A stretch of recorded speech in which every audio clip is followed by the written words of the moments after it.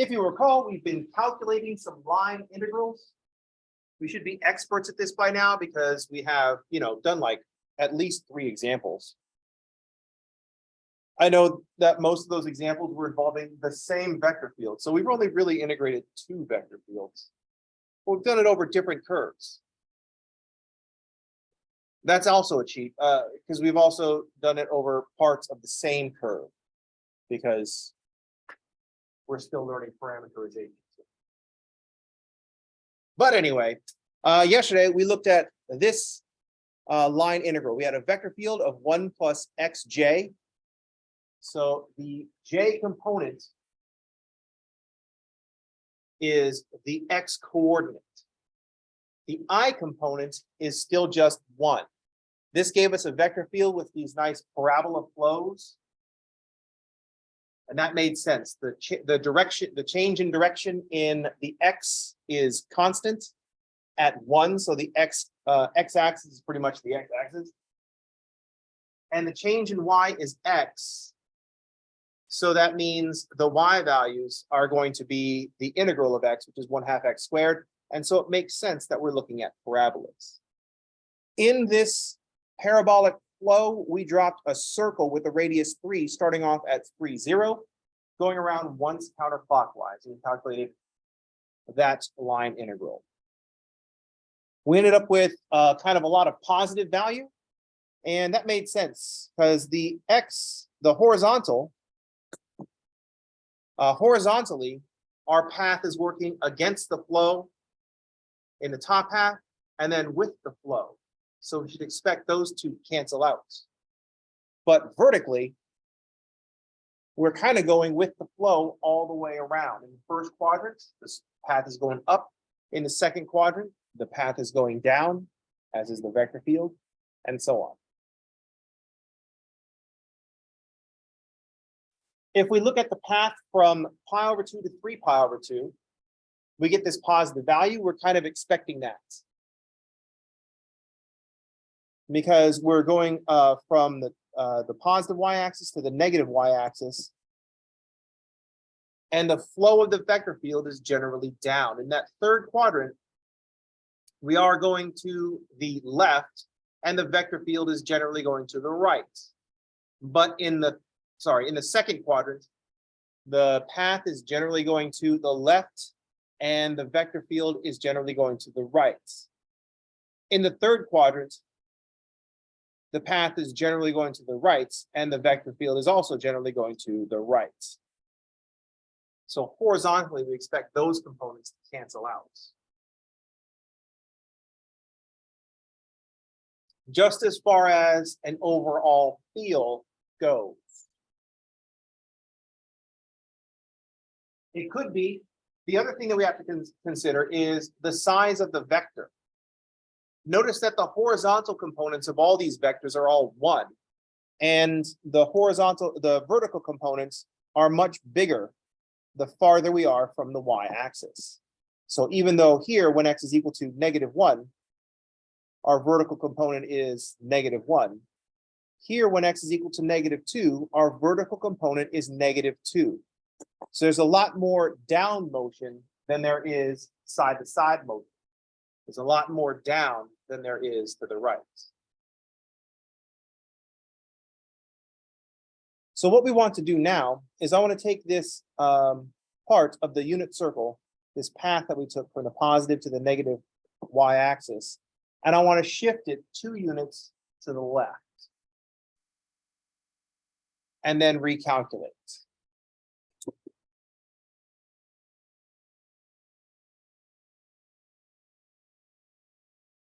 So we're going to use the same vector field, but we're going to shift C3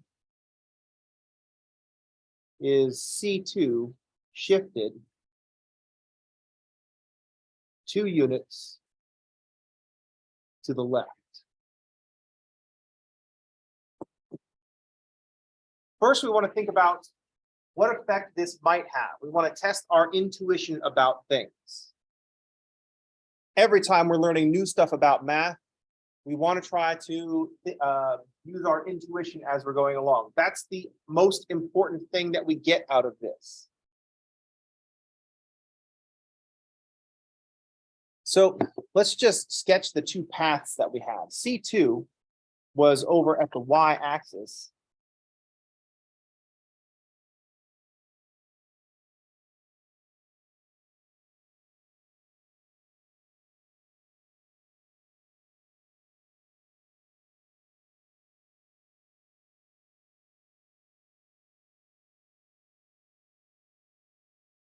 So there's C2. C3, I want to take this path and shift it 2 units to the left. I'm going to exaggerate the left movement.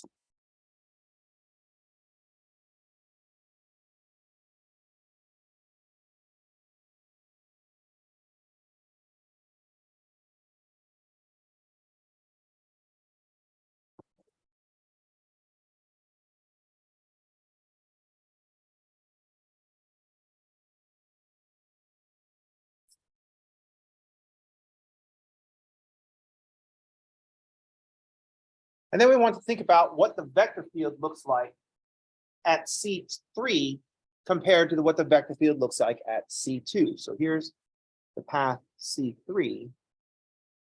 And over here is the path C2.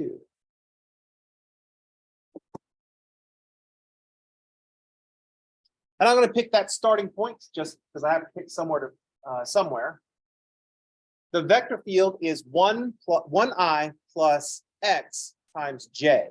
So at this point on the y-axis, I have 1i plus 0j. So our vector is going, at least at the very start, exactly in the opposite direction of our path. But C3 is shifted 2 units over. So if this point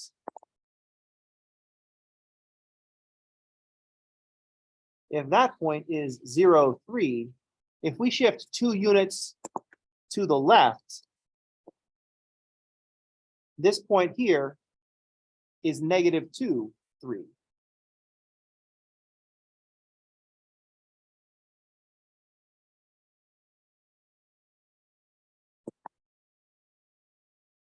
So while the vector at 0, 3 is 1i plus 0j, the vector here at -2, 3 is 1i minus 2j.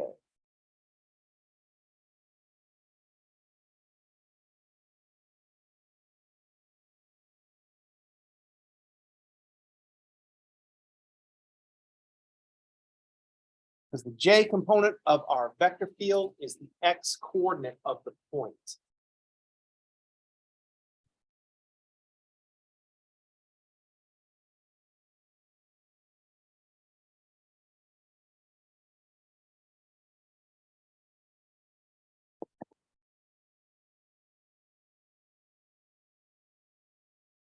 So now instead of our vector going in the exact opposite direction of our path, our vector is now going at least in some part, as soon as we get off of that horizontal, that perfectly horizontal path at the tangent at the top, as soon as we're angled a little bit, now it's kind of going in the same direction vertically.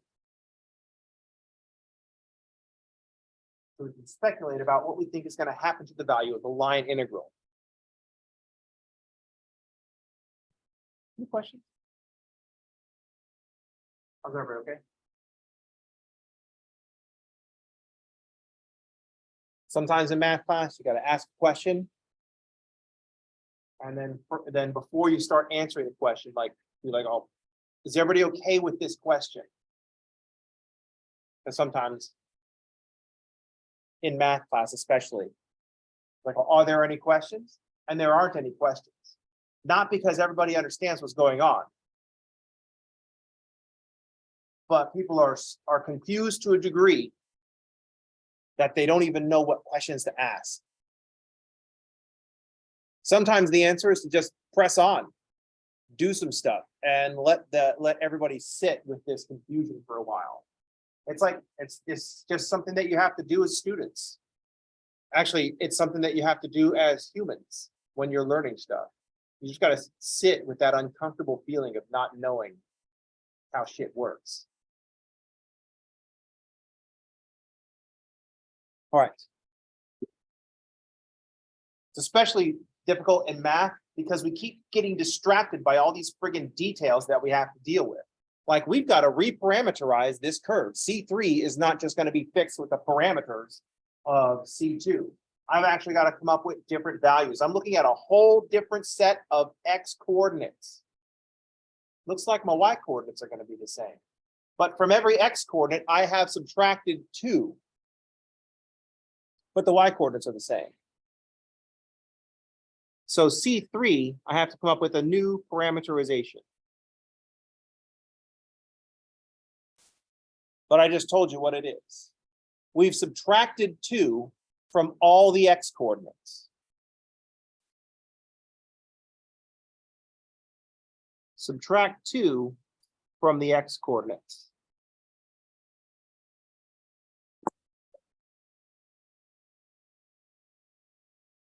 That's your new X coordinate. Our Y coordinates didn't change.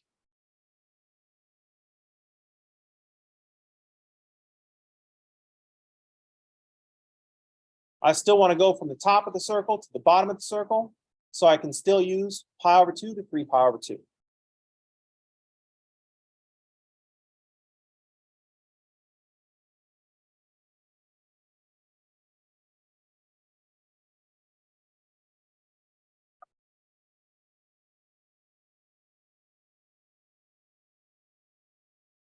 As is my preference, when you're looking at a bunch of examples, don't just come up with a bunch of examples, come up with a sequence of examples in which you change one thing. Which is why it takes me so long to talk about stuff.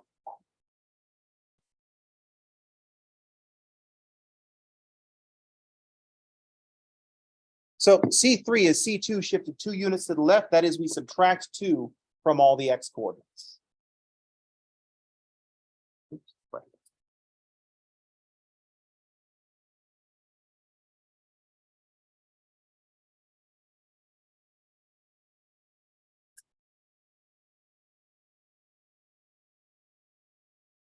That's what shifting 2 units to the left is. Subtract 2 from all the X coordinates. Well, unfortunately for our heroes, we can't just use the integral that we had before because our parameterization has changed. So the vector field is going to look different.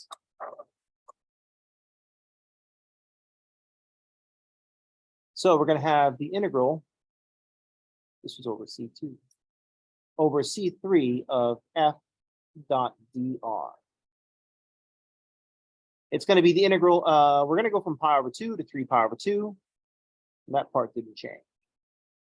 Our vector field is now going to be 1i, that didn't change, plus our new X coordinate. -2 plus 3 cosine of t times j. Remember, our vector field that we defined at the beginning is 1i plus x times j, and now that we've subtracted 2 from all the X coordinates, our X component is -2 plus 3 cosine of t.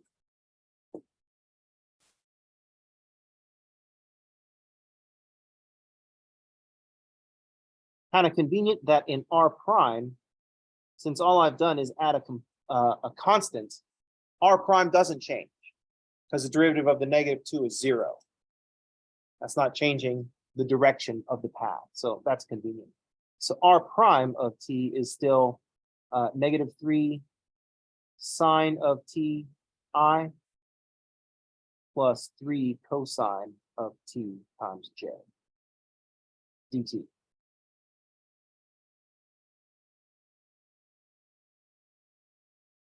I thought that was a pretty funky. There we go.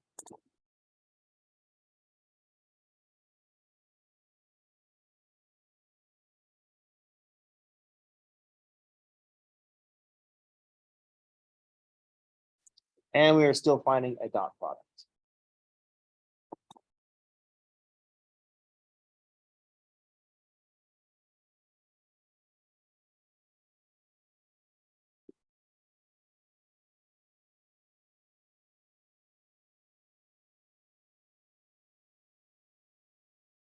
All right, Now we have to calculate our dot product. Calculating dot product doesn't mean we're taking an integral, so we're still integrating from pi over 2 to 3 pi over 2. So I have 1i times -3 sine of t. That part didn't change.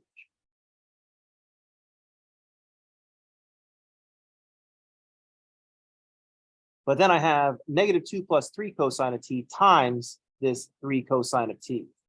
So now I'm going to have two terms. I'm going to have -6 cosine of t plus 9 cosine squared t dt.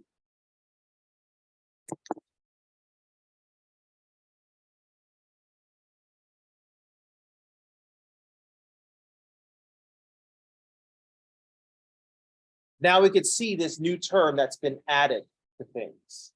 This is the new player in the game, this -6 cosine of t.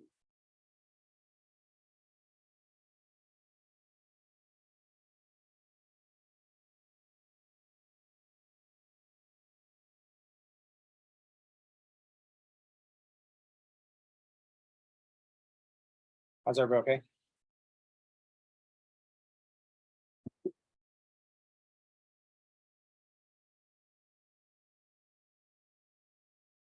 Put my glasses back on. Now everybody looks more stunned than they did. Because with my glasses off, everybody just looks blurry. With my glasses off, it's kind of an impressionist painting. Which is weird, because with my glasses off, I get like no impression from the class whatsoever. But with my glasses on, when things are very clear, then I can see that people are looking all confused. You know what I mean? It's weird. I don't understand art. Like the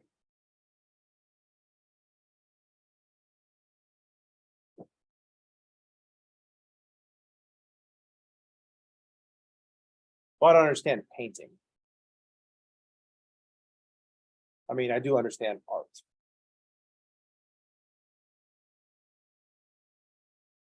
So what we want to notice is that's the new term that appears. This is the new challenger. A new challenger appeared, -6 cosine of t. What's going to happen when we integrate this? We want to focus on that term because the integral of the -3 sine t, that's still 3 cosine of t. And the integral of 9 cosine squared of t, we got that too. That's just the 9/2 t plus 9/2 t plus a 9/4 sine of 2t. So that's no problem. We still get this. We also don't have any space. So this part is the same, 3 cosine of t. This is the new one. So the integral of cosine is sine.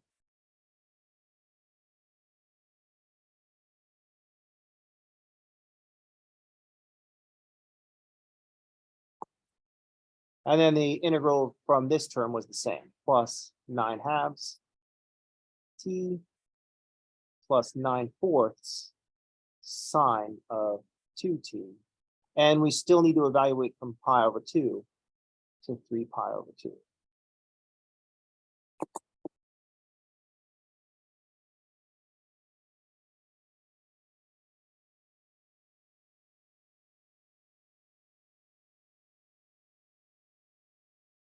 So in red there, that -6 sine of t is the new thing.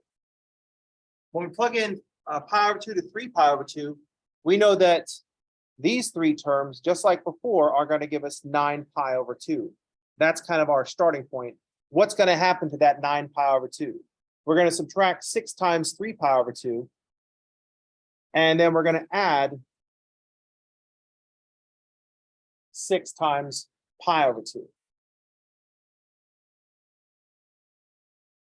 Subtracting 6 times 3 pi over 2, you can tell that this is going to be this. I want this to be my last example, and I don't want to turn the page, which is why I'm not writing down everything. Let's see, we're at the bottom of the page. Oops, there. I don't have enough space to write another line.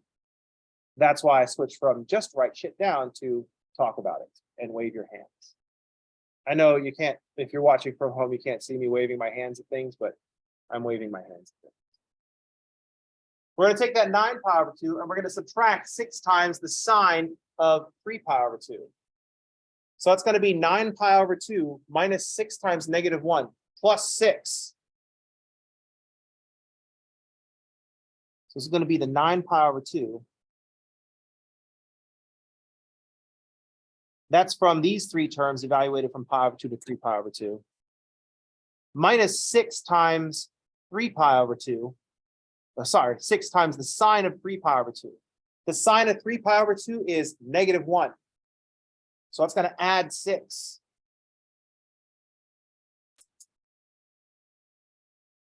And then we're going to subtract -6 times the sine of pi over 2.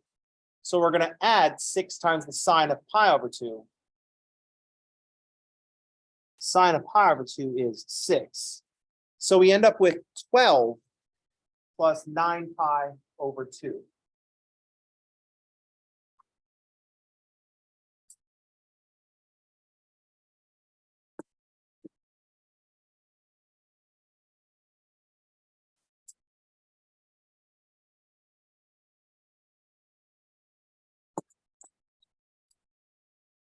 We can see from the calculations that that 9 pi over 2, that was like our base value from the previous one. By shifting our curve, by shifting our path 2 units to the right, we have increased the value of the line integral by 12.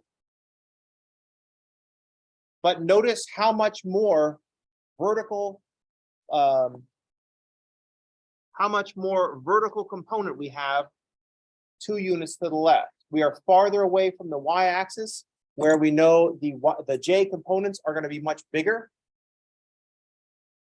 And once again, this path is going vertically with the flow of the vector field.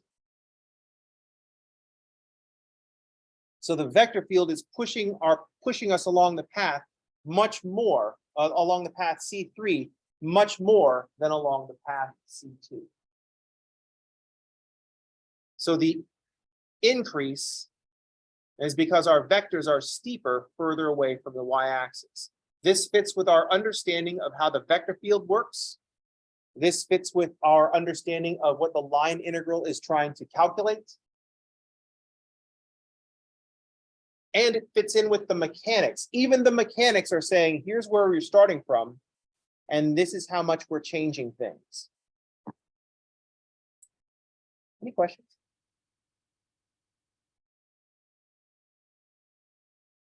It's always my favorite when the picture, the intuition, and the mechanics all agree.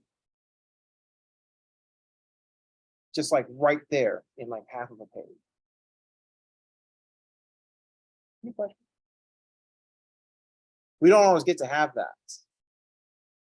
We don't always get to have like what should happen by moving over to the left, where the vectors are going to be very much steeper in the vector field. So we're going to see an increase. We should expect an increase. But now we can see exactly where that increase came from, because why do we have this -6 cosine of t in the function we have to integrate? Specifically because of that -2. Specifically because we moved this over 2 units to the left.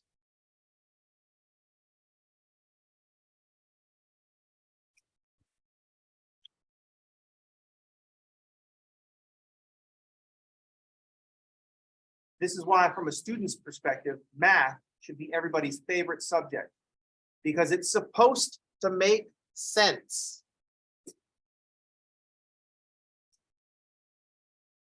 Sometimes you get the impression from philosophy, you take a point of view, but then once you take a point of view, other things stop making sense. Like, well, I don't really explain this.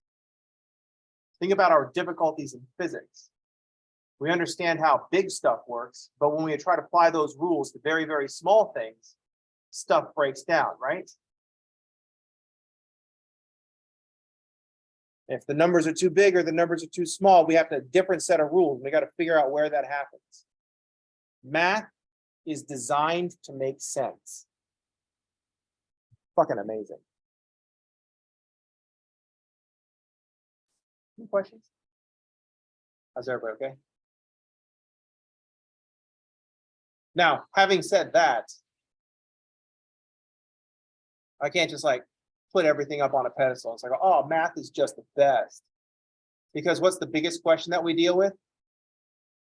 That boundary between the discrete and the continuous, where you put in the plus signs. And what do? So moving on.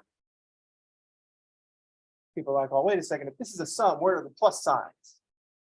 Well, we've gone from discrete to continuous. How does that work? Well, we just it just does. That's when mathematicians start behaving like engineers. I go, shut up, it works.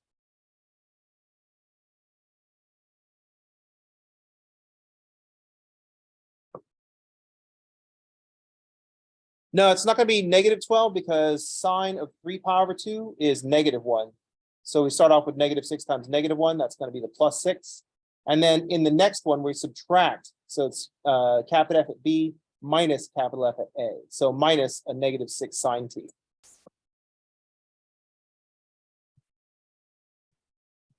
Yeah, when I first wrote this down, I'm like, oh no, is this not going to work? And then I'm like, oh, that's right. We're subtracting. So I thought exactly the same thing. Like, oh, and I saw it coming too. So I'm walking along, blah, blah, blah. This should get bigger, blah, blah, blah, blah. Uh-oh. But I had to keep going. All right.